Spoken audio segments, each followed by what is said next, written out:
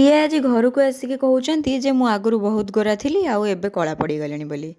ତ ନମସ୍କାର ସାଙ୍ଗମାନେ, ଜୟ ଜଗନ୍ନାଥ। ତ ଜାଣିଛନ୍ତି ତ ସକାଳୁ ସକାଳୁ କିଭଳି ଥଣ୍ଡା ଲାଗୁଛି, ତାପରେ ବି ଯେହେତୁ ପରୀକ୍ଷା ଅଛି ବାହାରିକି ତ ଯିବାକୁ ହିଁ ପଡ଼ିବ, ସେଥିପାଇଁ ସକାଳୁ ସକାଳୁ ନିଜର ନିତ୍ୟକର୍ମ ସାରି ମୁଁ ବାହାରି ଯାଇଥିଲି କଲେଜ।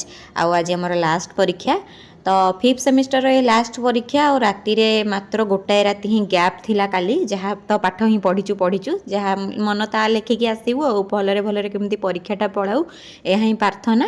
ତ ସେଥିପାଇଁ ମୁଁ ମୋର ସବୁ କାମ ସାରିକି ବାହାରି ଯାଇଥିଲି କଲେଜ। ତ ଯିଏ ସମସ୍ତେ 10ଟା ହେଲାଣି ସମସ୍ତେ ନିଜ ନିଜ କାମରେ ବ୍ୟସ୍ତ, କିନ୍ତୁ ଏ ଦୁଇ ଜଣ ଗଭୀର ନିଦ୍ରାରେ ଆଉ ଫୋନ୍ରେ ତାଙ୍କର ଚାଲିଛି। ଆଉ ମୁଁ ଏଠି ଆପଣଙ୍କ ମୋ ପଛରେ ଦେଖିପାରୁଥିବେ ଯେଉଁ କଣ୍ଢେଇ, ଏଇ କଣ୍ଢେଇଟା ଦେଖିକି ଆପଣଙ୍କୁ କଣ୍ଢେଇ ଆଖିରେ ଲୁହ କଥା ମନେ ପଡ଼େନି? ଓଡ଼ିଆ ଫିଲ୍ମ ଦେଖୁଥିବେ ଯଦି ତ ନିଶ୍ଚିନ୍ତ ମନେ ପଡ଼ୁଥିବ।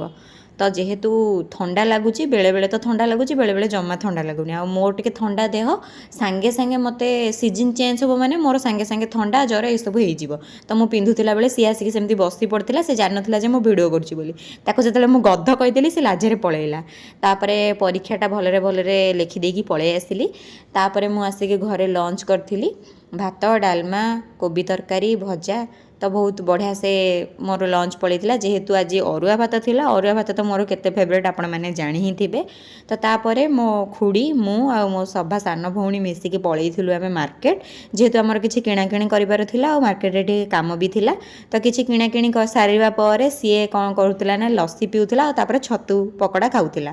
ତ ତାର ମୁଁ ସେ ଯେଉଁ ଭିଡ଼ିଓଟା ବନାଉଥିଲି ସେ ସେଥିପାଇଁ ଲୁଚୁଥିଲା ଯେ ମୋର ଭିଡ଼ିଓ ବନାନି। ତାପରେ ମୁଁ ଟିକେ ଖାଇ ଦେଇଥିଲି ଗୁପଚୁପ୍। ତାପରେ ସେ କହିଲା ଯେ କିଣାକିଣି ସାରିଲା ପରେ ମୁଁ ଟିକେ ମେହେନ୍ଦି କରିବି, ସେଇ ମେହେନ୍ଦି ବି କରିଦେଇକି ଆସିଥିଲା। ତାପରେ ମୁଁ ଏଇ ଇୟରିଙ୍ଗସଟା ଆଣିଛି, ଇୟରିଙ୍ଗସଟା କେମିତି ଲାଗୁଛି ନିଶ୍ଚିନ୍ତ କମେଣ୍ଟ କରିକି ଜଣାଇବେ।